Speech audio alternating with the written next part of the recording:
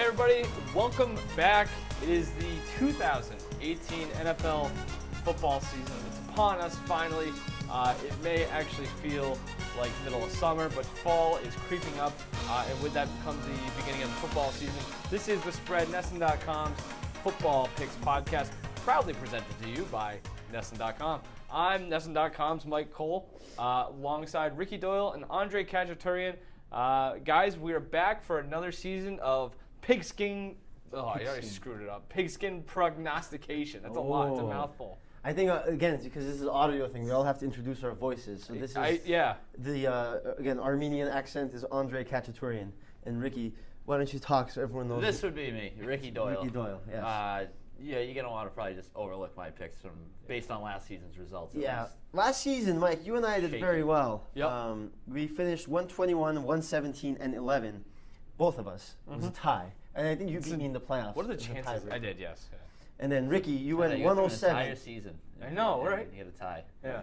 107, 131, and 11. Ricky, you faltered towards the end of the season. Like I told you, I had to throw up some Hail Marys, and really all that came of it was a bunch of wounded ducks. And for those wondering how we get 11, because we always get this in the comment section, how do you get a tie? There weren't 11 ties in the football season. It's when there's a push, it's a tie in the spread. If that's the thing. If you're watching this or listening to this and you're wondering about that, you probably should go look up how to bet on sports first before that.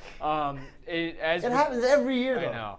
As you kind of mentioned, we are making our picks against the spread. For those unfamiliar with the format, we'll go through on the spread, the podcast itself. We'll go through the 3 best games of the week. We'll do some locks and some upsets. Those are all against the spread, unless for some reason otherwise noted. We might mix in some bet slips as we go on throughout the season, maybe some props here and there. Show and tell is gone, but maybe that could have a resurrection. What a shame. It would just be a lot of telling, as we mentioned last week in our preview episode. But good game of tell.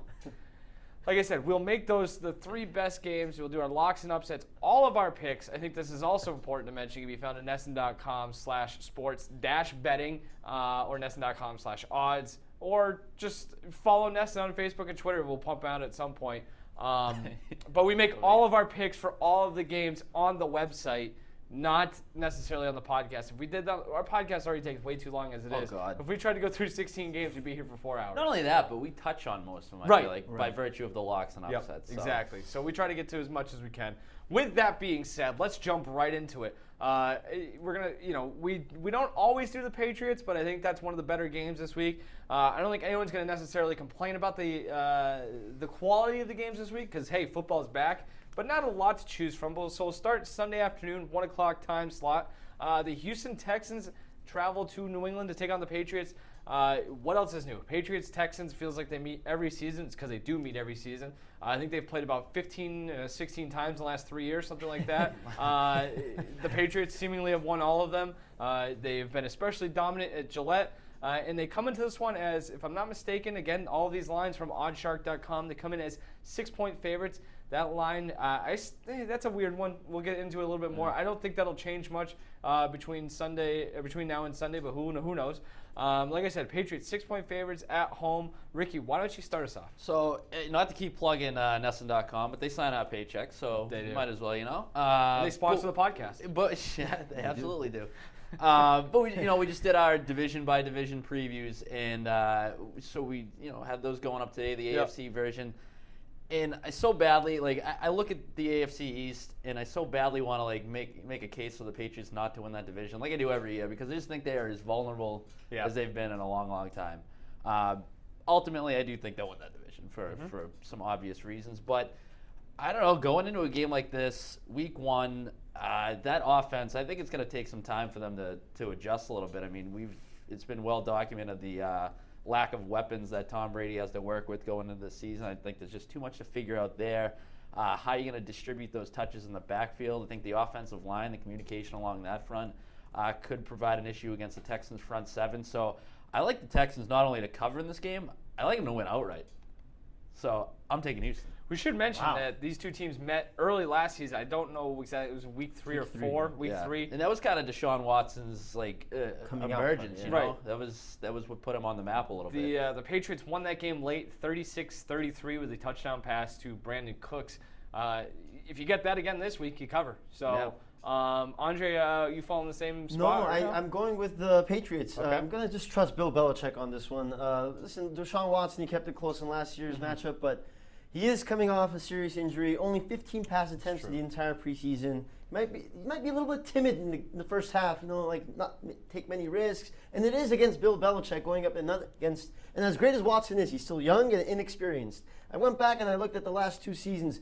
The Bill Belichick against young and inexperienced quarterbacks. Did you pull up the same file that you had from last week? I love this. That's why you don't delete that crap. That's why you gotta keep that on a thumb drive. And these are quarterbacks that have 20 or fewer starts when the Patriots played against them.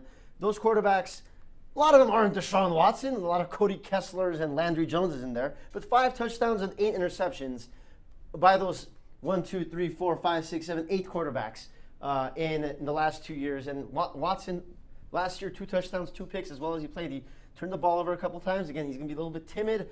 I like Belichick.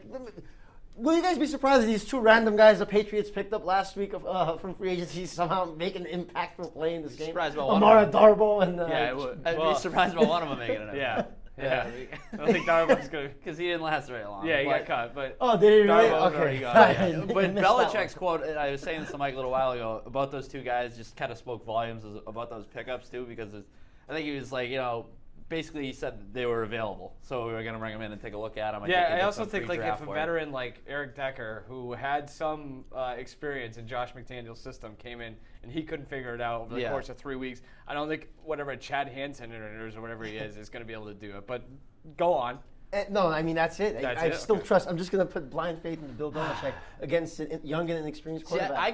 I got questions about the Patriots defensively too, though. Like that, the secondary is another thing that really concerns me. But how many times have we said this, and then eventually the Patriots win by 30 points? See, That's this what is happened. and this is where the internal struggle was for me, because I'm much more on Ricky's side. I think there's a good chance, not a good chance, I think there's a solid chance that the Texans can win this football game. I think you look at all of those, you look at all the factors, and there's a strong case to be made for Houston.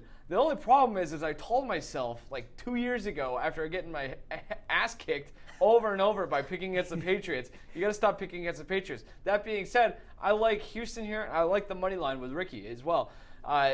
You talk about that defense. Last year, they scored 33 points, and that was against a defense that had Malcolm Butler lined up against DeAndre Hopkins for most of the game. Hopkins still got, I think, 7 of 8 targets for like 80 yards. I think he has a big game as well. Again, you look at these 2 teams. The Patriots didn't necessarily get better. You can make an argument that they got worse in the offseason. Houston, I think, did get better. They addressed that offensive line. They addressed that secondary with Aaron Fuller and Tyrann Mathieu. That Brady is great at neutralizing a pass rush, which Houston has in spades. But how effective can this wide receiver core be at getting open? It's a bunch of nobodies. It's a bunch of stiffs. Whatever. He never needs wide receivers. He has all those running. But this is no. All right, fine. But maybe. But I think it's easier to game plan against them right now, because if you can try to take those guys away, if you can try to take Gronk away, which is easier said than done, you try to take James White away, it's a lot easier. You don't have to worry about Danny Amendola. You don't have to worry about Julian Edelman. So I think if he's got to hold the ball a little bit longer than even he's used to holding it, that the defense might rip his head off at some point. If you're playing this game in week 11, week 12, right, later in the schedule, I would feel a lot better about it from a Patriots standpoint. Yep. But the fact that it's week 1 and you're still having these, I mean, it's reminiscent of a couple years ago when they had no targets whatsoever. Mm-hmm. Obviously they turn things around, they go on to win the Super Bowl, so you kind of forget about it. But there was that period of time where Brady had no weapons whatsoever, and it was kind of all over the place a little bit. So I could see that happening for a few weeks there, at least until somebody emerges. You look at, aside from Brady, the 2 stars in that game, or 2 of those stars in that game last year, Malcolm Butler, he's gone, and Brandon Cooks gone. So it's just, you look at that right there, and you're like, wow, this is a different football team. I mean, you look at the guys they lost, and I think you can make the case that the Patriots got significantly worse in the offseason. You could. At least they're significantly worse, especially early on, kind of to your other point, where I just think it's going to take them a while. They'll figure it out. Yeah, nobody's better at figuring the track this stuff record out than indicates those guys. that you'll get to a point where they'll be fine. This is still the kind of the New England machine, but I mean, just Cooks, Butler, Dion Lewis, nothing. I mean, there's so many guys there. Nothing's a sure thing for them right now early in the season either. I mean, they're 9-7-1 against the spread since September of 2013, or in September since 2013. That's a pretty eye-opening stat. Here, you want to talk about stats, trends. I'm not a big trend guy necessarily, but what else are you going to go with in Week 1? Super Bowl losers in Week 1, 2-16 against the spread since 2000. The only thing is, though, the Patriots were one of the teams that covered. They won by 21, and the other game was the other game the Patriots were coming off a loss in the Super Bowl was a game they lost Brady for the season, so that doesn't really count either. So if there's anybody who's going to buck that trend, it's going to be the Patriots. But I think that's something to kind of keep an eye on. The Super Bowl hangover might be real.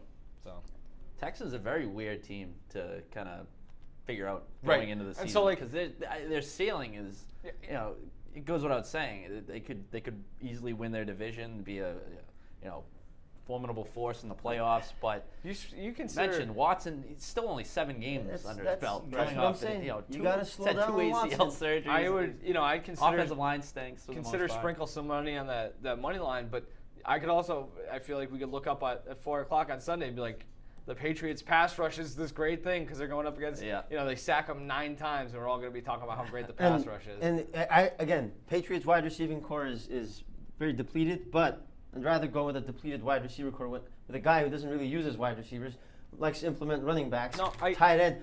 Get over a quarterback who is coming off injuries, as you said, 7 games experience, against the mastermind of the NFL, great mind. He's had all offseason to prepare against this guy. It's not like a short week Thursday night football game. Well, the Texans had all off season to watch Super Bowl game tape in which Nick Foles lit him up. So I don't think he's necessarily. Every team has had 20 years of tape of Tom Brady. The Belichick, I think I understand, and again, I'm going to look like an idiot when they get smoked, but it's just the Belichick mystique. I don't think is necessarily what it once was. It's a little bit of a crutch. Yeah, I agree. So. But it's a rookie quarterback, still a rookie, kind of. All right. How long? What have you played? You need to have like 15 games under your belt to not be considered a rookie, in my book at least. There are 2 teams that I'm inevitably going to get sick of talking about because we're going to be talking about them a lot this season. They're in our next 2 games. One of them is the Los Angeles Chargers. I'm already over talking about the Chargers. I don't know what it is. I'm just probably because we've talked about them ad nauseum over the last. Even when they were not good, but somehow they find their way into the spread. Yeah, exactly. A better word. Whether it was show and tell, whether it was lock and upset. We were talking serious super. I'm very excited about the Chargers. Exactly. I'm so sick of them. So sick of them. But anyway, they're a team that could be a Super Bowl contender this year if a few things shake out right. If they hit some field goals. Caleb Sturgis is probably a little bit better than whatever his face was last year. So. But the Chargers are at home. Home if you want to call it that. Sunday afternoon, 4:05 kick against the Kansas City Chiefs in a huge AFC West matchup. Kind of weird to think. I like the NFL when it backloads division games. I don't necessarily like divisional games early in the season. That's just a weird thing that I have. I don't know. I feel like you should get your wits about you. Get the ground under your feet. The Patriots Texans. I love that matchup right out of the gate because that's 2 teams that could potentially do damage in the AFC, playing each other early season before you get into the divisional stuff. And the Patriots have the Jaguars next week. I like that. It's a nice good too. balance too. So all right, but that's not what we're talking about. Chiefs Chargers. Chargers currently a 3-point favorite. 3 points. It keeps coming back to field goals with the Chargers. Again, like I said, big game in the AFC West. We could look back in the middle of Christmas break and be like, wow, that Week 1 game really swung things. Andre, you're high on the Chargers. Are you taking them here? I looked at the Chiefs-Chargers last season, and the Chiefs crushed the Chargers. Yeah, they did. Games. Yeah. Terrible matchup for the Chargers. The second one that was the one that broke the Chargers back at the end of the season. I believe it was the same night that Ricky, you threw a Christmas party that night. And the Chiefs beat the Chargers by a lot of points. Phillip Rivers. They add that on the background. That's going to be in the trends. Yeah. Phillip Rivers in those 2 games against the Chiefs. 1 touchdown, 6 interceptions. I don't remember that game very much. I can imagine. 1 touchdown, 6 interceptions against the Chiefs last year. However, 5 of those 6 interceptions for the Chiefs were from Marcus Peters and Terrence Mitchell, who are both gone. They're gone. Phillip Rivers doesn't have to worry about them anymore. I think this is a much favorable matchup for the Chargers now. And you have a rookie quarterback for the Chiefs playing this first one of his. He did play last year. Did he have a start last year? I don't think he did, right? Well, he falls under your umbrella of rookie quarterback. He's a young and inexperienced quarterback. It's like you don't start a game, you're a rookie quarterback. Yeah, right. Young and inexperienced quarterback against a surging pass rush that was 5th best sack rate last year. Chargers also allowed the fewest sacks in the NFL last year. So they win the battle of the trenches. Phillip Rivers doesn't have to worry about two guys he had to worry about last year. I'm going to take the Chargers in this one. Okay. Yeah, I'm The going to Lightning stick with Bolts. you. I'm going to stick with the Chargers as well. I actually think Mahomes is going to be all right. Yeah, I do too. I think he's going to be pretty good this year. There's a lot of weapons. But again, I think there'll be a little bit of an adjustment here as well. I mean, you're adding a new offensive coordinator to the mix, and I don't think the Chiefs' defense is that good. I mean, they were pretty bad against the run last year. I don't know what their pass rush. I mean, Justin Houston isn't really the guy he once was, I guess. I mean, so Eric Berry is not certain for this game either. and I mean, we saw last season that their defense just completely fell off basically once he went down. So, I mean, as somebody who's really buying into the Chargers this year, as we went over on our preview episode, not to give another plug, but if you want to go back and look at that. So, yeah, I think the Chiefs have a hard time handling that pass rush. And, I mean, the thing with the Chiefs was last year, they turned the ball over in NFL 11 times all season. That was kind of like their hallmark. And now with Alex Smith gone, sure, the upside is there for that offense, but I could see some growing pains early on, in which case, against an opportunistic team like the Chargers, I'll take them. You know, I think the last time the Chargers went up against the rookie quarterback was Nathan Peterman, right? And you saw what they did to him last year. I'm gonna buck this Starting trend. quarterback, Nathan. I know. Jeez. I'm gonna take the Chiefs. You know, you sit here and talk about the turnover thing and all of that. And I think that is going to be a huge difference probably for this Chiefs team this season.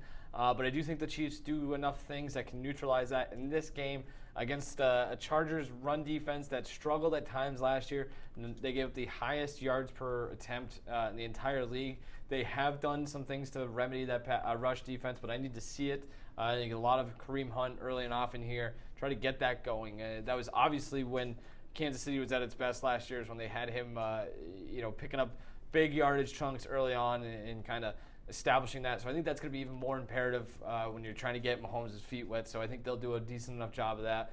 Just some weird, again, like I said, I'm not a big trends guy more usually, but it's just there's not a whole lot to go on right now. The road team in this one is 5-1 against the spread in the last 6 in this rivalry. Kansas City 7-2 against the spread in its last 9 against the Chargers. And Andy Reid straight up 14-7 on the West Coast because he goes out west, doesn't have to worry about the time as much. He's gonna readjust things. Also interesting to know, I forgot where I found this, so I feel bad I can't cite it, but Andy Reid 8-3 in season opening road games. So not a guy who's afraid to go on the road. We saw that last year. They came into New England and they really took it to the Patriots. So they start fast. Like I said, again, get another Andy Reid joke. He's usually good early on. It's when he gets late in the game. Maybe the season is also a metaphor for that. So I'll take the points. 3 isn't a lot, but it's just enough. I'll feel better getting the points. And I want to mention this. I'm taking a lot of underdogs this week, not only here but in my overall picks. Week 1 of last season, underdogs were 8-7 against the spread. That's 15 games because that Miami-Tampa Bay game was postponed. You go back to 2016, underdogs were 11-5 against the spread. And there were some, I went through and looked at those, there were some blowouts from teams that were underdogs. So, even Vegas, as good as Vegas is at setting lines, even they, can kind of slip up early and often. So, again, you never really know what you're getting into. So I'll take Kansas City here, mostly on the run game. And there are, again, if Eric Berry doesn't play, I'm going to feel like an idiot. But that's nothing new for me. So Let's move on. We've all been there. Yep. Monday night, again, so I mentioned I'm really going to get sick of talking about the Chargers this season. Also going to get sick of talking about the Los Angeles Rams. It's just a team that, again, I feel like they came on so strong last year, talked to them ad nauseum.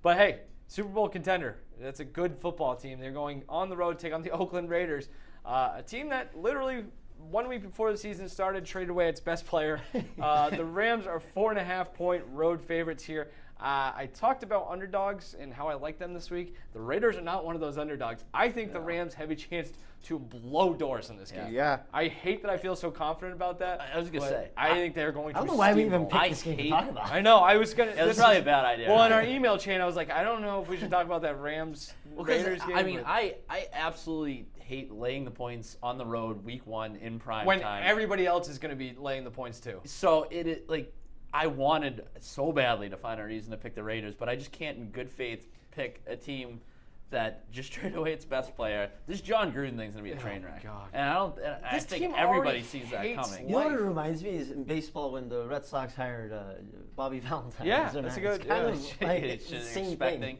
Maybe it is. Maybe it's the bridge to. In which case, you probably shouldn't have given him $100 million. That was the one thing I saw. A tweet went viral. Like, you're paying the TV analyst more money than you wanted to pay the best player in the NFL.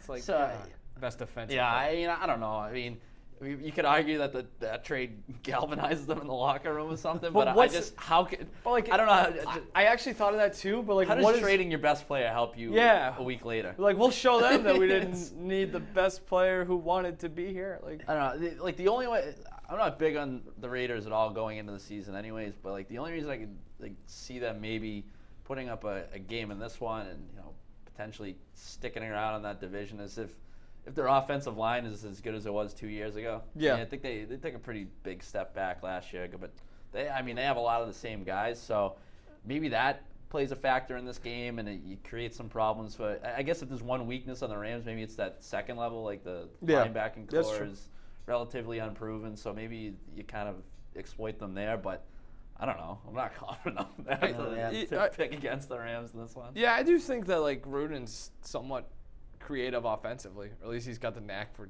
I'm anxious to being see how he adjusts to life back coaching on the field as opposed to like the hand, because obviously he can't handle the draft capital. Like that's been a problem. You trade away a 3rd round pick for Martavis Bryant and then get rid of him, a few months Take it later. back Like, to they're just like 1998. whipping around draft picks like it's a frisbee, and it's just I don't know. Maybe the difference comes in the actual coaching, but so far this has been an absolute train wreck. You really look at like the Rams have the quarterback advantage, running back advantage, probably the offensive line advantage, even though the Raiders line was really good 2 years ago. Pass rush advantage, cornerback advantage, coaching advantage. I don't know how this is only a 4.5 point spread. It's one of those ones you're like, I don't know. Sean McVay, by the way, was 22 years old. John Gruden, last coach in the NFL. So you taking the Rams. Yeah. Yeah. I don't Also, really- Raiders secondary the allowed student. nearly 70% of pass, 70% pass completion percentage last season. So I was looking not at. good. I against wondered. Jared Goff. I wonder whether I was like, oh, how are the Rams on the road last year? 5-2 against the spread the last 7 road games last year. So good on the road. They struggled against the run last year sometimes. What are the Raiders going to do? I mean, is Marshawn Lynch going to go off? I don't think so. I guess that's the only way for them to win this game because, again. This is also they're Really not gonna glad we have picked this game to no talk more about. Sebastian Janikowski, right? Well, when they're going to look. No, it's so true that I mean there was only kind of had to. Well, and now they'll win. And the We'll storylines look are like there. idiots. Yeah. The storylines are there. You got late Monday night game. Tell you what, That's finish still off this the week with the Sergio Dip game. 0.0% chance I watch this game. Not staying up to watch this. No yeah. It'll chance. be done in the first half. Especially the Packers on Sunday night. That's no. My sleep capital gets devoted to Sunday. I'll end up watching it. No. I'll be there. I feel like if the later the game's on, the higher the probability is that I'm gonna end up watching it for I agree. some godforsaken reason. Ugh.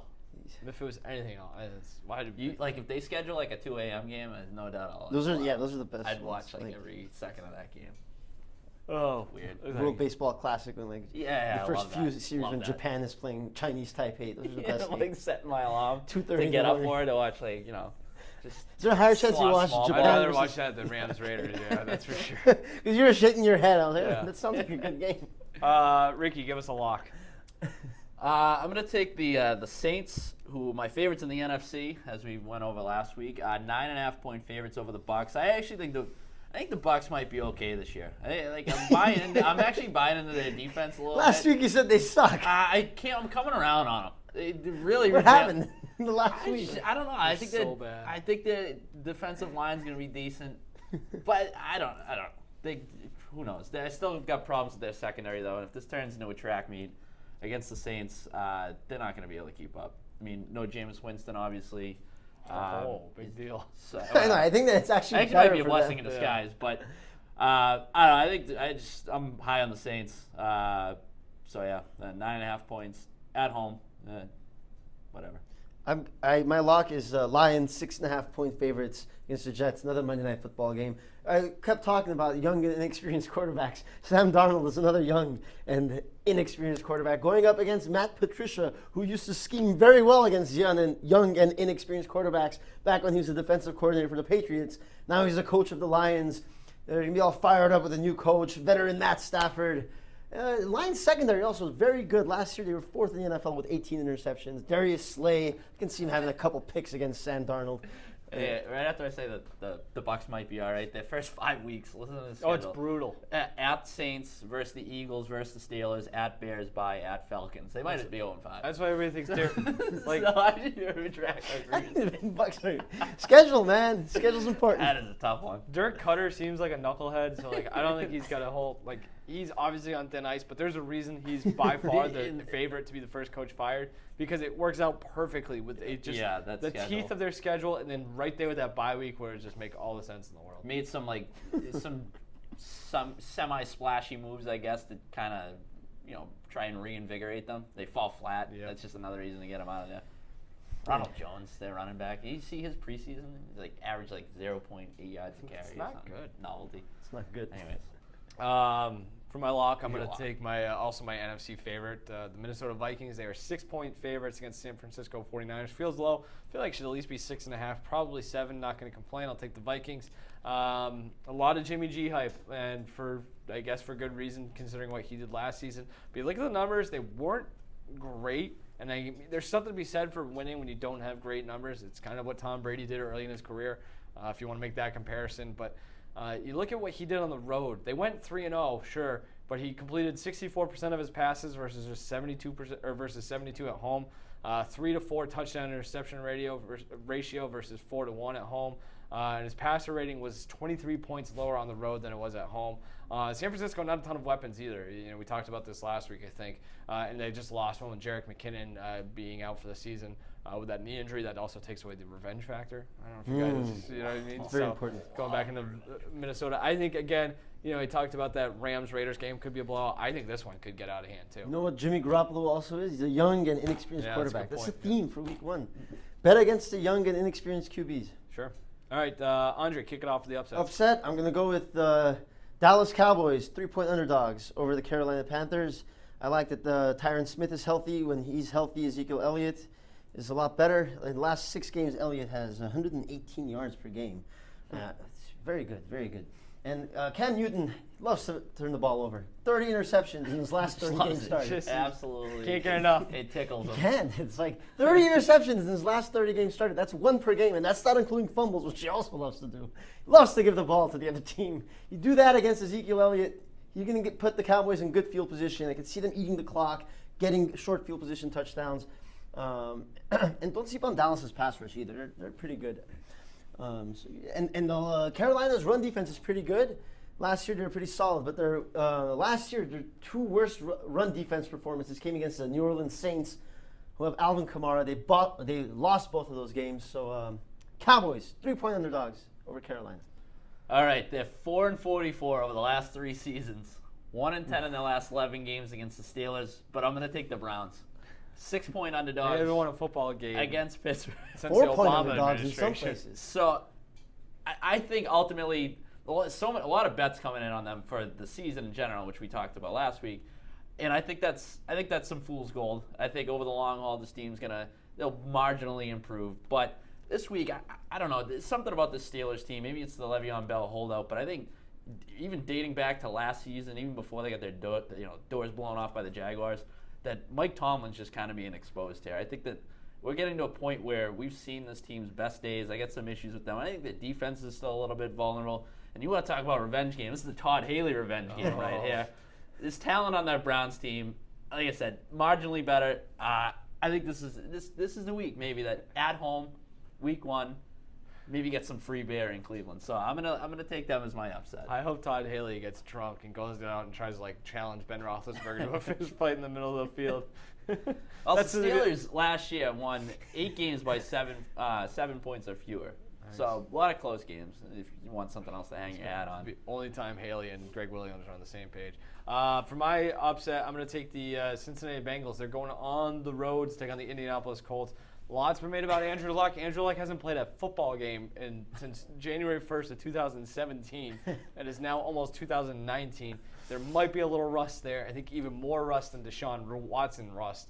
Andrew Luck's great, but at the same time makes a lot of boneheaded decisions from time to time. I think that's kind of a product of him not having a lot around him. And what have they done necessarily to address that? Not a ton. That team sucks. The offensive line still isn't very good. The defense still not very good at all. And that's going to be a bigger issue for them, I think, in this game than anything else. Is, Andy Dalton, not necessarily a guy everybody believes in, but he's going into the season with a full complement of weapons. I mean, you talk about Mixon and Bernard at running back. Sure, they don't have Jeremy Hill, but I don't think they're necessarily going to miss him, especially if Mixon takes the next step, stops hitting people. And then you got the receivers, you got A.J. Green, Josh Boyd, John Ross. Like, there's some talent there, and Tyler Eifert is not necessarily he's healthy for at least the next 2 hours. So yeah, exactly. So I think this is a team that has a chance to score a lot of points. Bengals will be one of those teams that beat the Colts of the world, but lose. Yeah, to I think the Bengals Bengals very easily could go 8-8, 9-7, and save Marvin Lewis's job for one more year. How about Andy Dalton getting that standing ovation in Buffalo? That was the dumbest thing I've seen. Like, bizarre. That just not to be like hardo sports guy who gets upset about things that don't matter at all, because a bunch of people in Buffalo giving a standing ovation to a professional football quarterback doesn't really keep me up at night. But man, was there anything more pathetic than just being like, thank you for allowing us to go down and get our heads knocked in by the Jaguars. Thank you. That was great. We didn't necessarily do it all on our own, but just the dichotomy of Andy Dalton getting a standing ovation in Buffalo is just so perfect. So short-lived bliss too, because that Buffalo team's gonna be god awful this year. It'll be bad. So I'm excited to watch Josh Allen though. I think it was a nice one to sneak into the playoffs. There'll be there's a guy, Tyrod Taylor. That's gonna ball out on Sunday. Yes, Tyrod now. It's not Tyrod. Well, there's never Tyrod, I guess. Yeah, it was on never Tyrod. No, well, I mean, everybody called him Tyrod, but he said on Hard Knocks, he said it's Tyrod. I don't know. I don't have HBO anymore. I don't know. I'm a big Tyrod Taylor fan. It's Tyrod Taylor. I think he's good. I think he's a pretty decent quarterback. Of course, I started off with this argument when I was at a bachelor party in South Carolina.